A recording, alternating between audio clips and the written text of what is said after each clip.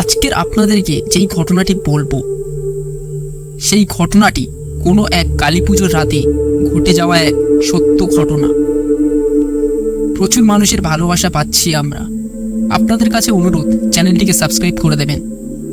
তবে আমাদের আজকের গল্পটি শুরু করা যাক।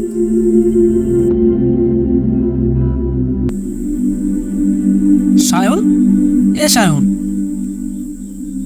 কে শুভ নাকি? আরে তুই যাবি না? হ্যাঁ চল, আমি রেডি আছি। একটু দাঁড়া, আমি মাকে বলে আসি। আমি আর শুভ আমাদের পাড়াতে কালী ঠাকুর উঠেছে, আমরা সেখানে যাব। প্রায় সন্ধ্যা তখন 7টা বাজে। তারপর সায়ন এলো।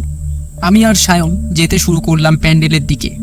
তারপর প্যান্ডেলে চলে এলাম আমরা। দেখলাম পুজো মণ্ডপ পুরো ফাঁকা।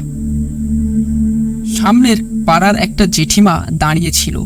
আমরা সেই জেঠিমার কাছে গিয়ে দাঁড়ালাম। হঠাৎ জেঠিমা আমাদেরকে বলে, অমাবস্যা লেগেছে, কিছুক্ষণের মধ্যে বামনও পূজা করতে চলে আসবে। তোরা একটু জবা ফুলটা এনে দিবি, সে জবা ফুলটা আনতে ভুলে গেছি। দেখিস বাবা, লাল জবা ফুল যেন হয়। রাস্তার মোড়ে একটা বড় জবা ফুল গাছ আছে, তোরা একটু এনে দিস বাবা।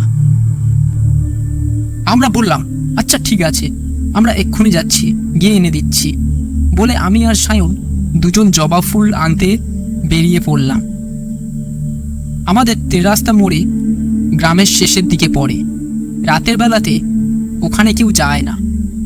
আমরা দুজন বন্ধু মিলে হাঁটতে হাঁটতে প্রায় সেই জবা ফুল গাছের কাছাকাছি চলে আসি। কটকটে অন্ধকারের মধ্যে গাছের মধ্যে লাল টকটক করছে জবা ফুল, যেন লাইটের মতো জ্বলছে। হঠাৎ কাছে গিয়ে ফুল তুলতে যাব, দেখলাম হঠাৎ করে গাছের মধ্যে থেকে দুটো আগুনের মতো চোখ যেন জ্বলছে। আমি ভয় পেয়ে যাই।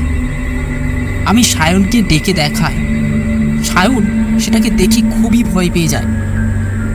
এইভাবে কিছুক্ষণ পর 2 থেকে 3টে ফুল তোলার পরে হঠাৎ বিকট হাসির শব্দ আমরা শুনতে পাই।